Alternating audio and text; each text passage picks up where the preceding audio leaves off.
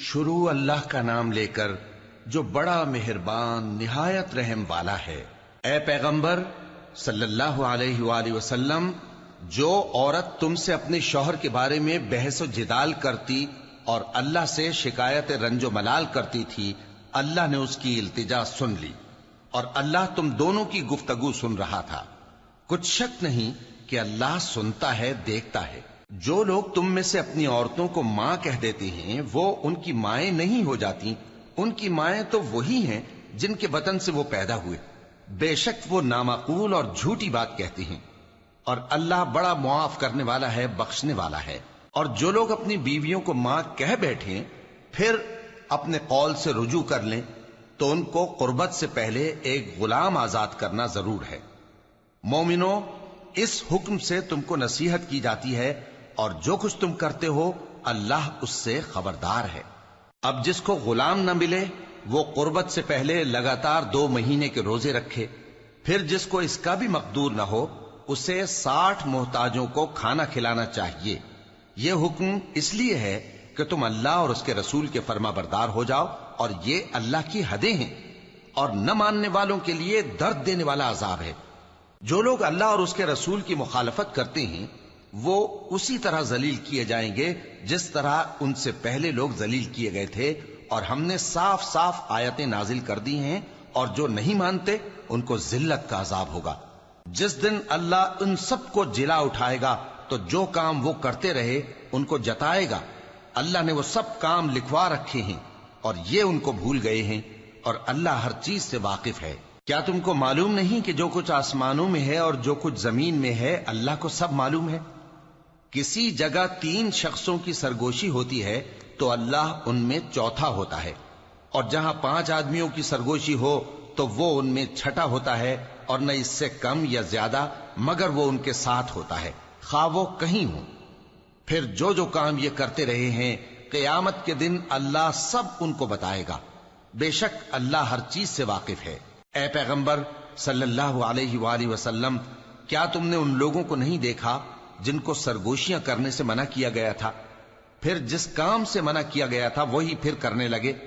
اور یہ تو گناہ اور ظلم اور پیغمبر صلی اللہ علیہ وآلہ وسلم کی نافرمانی کی سرگوشیاں کرتے ہیں، اور جب تمہارے پاس آتے ہیں تو اللہ تعالیٰ کے بتائے ہوئے الفاظ کے بجائے دوسرے الفاظ میں تمہیں دعا دیتے ہیں، اور اپنے دل میں کہتے ہیں کہ اگر یہ واقعی پیغمبر ہیں تو جو کچھ ہم کہتے ہیں اللہ ہمیں اس کی سزا کیوں نہیں دیتا؟ اے پیغمبر صلی اللہ علیہ وآلہ وسلم، ان کو دوزخ ہی کی سزا کافی ہے، یہ اسی میں داخل ہوں گے اور وہ بری جگہ ہے۔ مومنو، جب تم آپس میں سرگوشیاں کرنے لگو تو گناہ اور زیادتی اور پیغمبر کی نافرمانی کی باتیں نہ کرنا، بلکہ نیکوکاری اور پرہیزگاری کی باتیں کرنا، اور اللہ سے جس کے سامنے جمع کیے جاؤ گے ڈرتے رہنا۔ منافقوں کی سرگوشیاں تو شیطان کے اکسانے سے ہیں جو اس لیے کی جاتی ہیں کہ مومن ان سے رنجیدہ ہوں، مگر اللہ کے حکم کے سوا ان سے انہیں کچھ نقصان نہیں پہنچ سکتا۔ تو مومنوں کو چاہیے کہ اللہ ہی پر بھروسہ رکھیں۔ مومنوں، جب تم سے کہا جائے کہ مجلس میں کھل کر بیٹھو تو کھل کر بیٹھا کرو، اللہ تم کو کشادگی بخشے گا، اور جب کہا جائے کہ اٹھ کھڑے ہو تو اٹھ کھڑے ہوا کرو۔ جو لوگ تم میں سے ایمان لائے ہیں اور جن کو علم عطا کیا گیا ہے اللہ ان کے درجے بلند کرے گا، اور اللہ تمہارے سب کاموں سے واقف ہے۔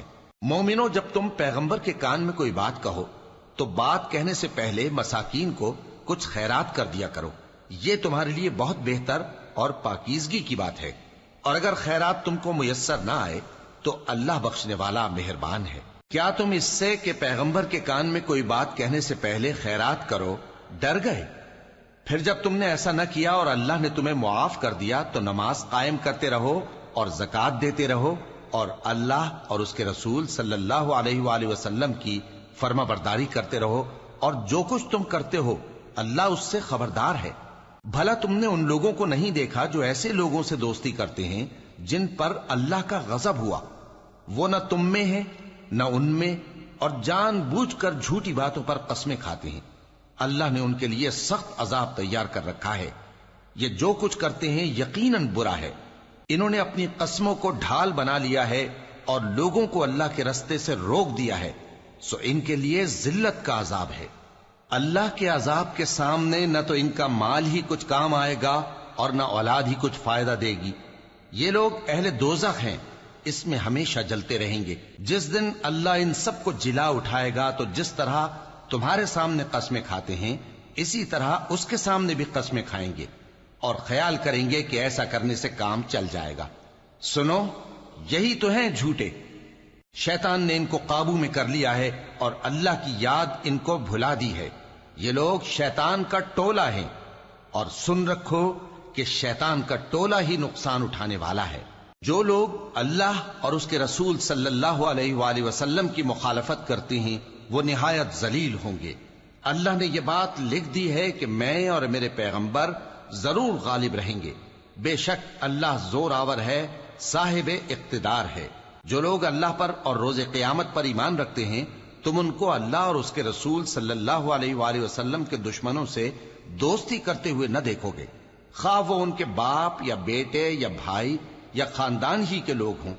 یہ وہ لوگ ہیں جن کے دلوں میں اللہ نے ایمان کو نقش کر دیا ہے اور اپنے فیض سے ان کی مدد کی ہے، اور وہ ان کو بہشتوں میں جن کے نیچے نہریں بہ رہی ہیں داخل کرے گا، جن میں وہ ہمیشہ رہیں گے۔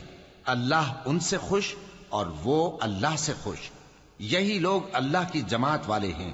سن رکھو کہ اللہ کی جماعت والے ہی کامیاب ہوں گے۔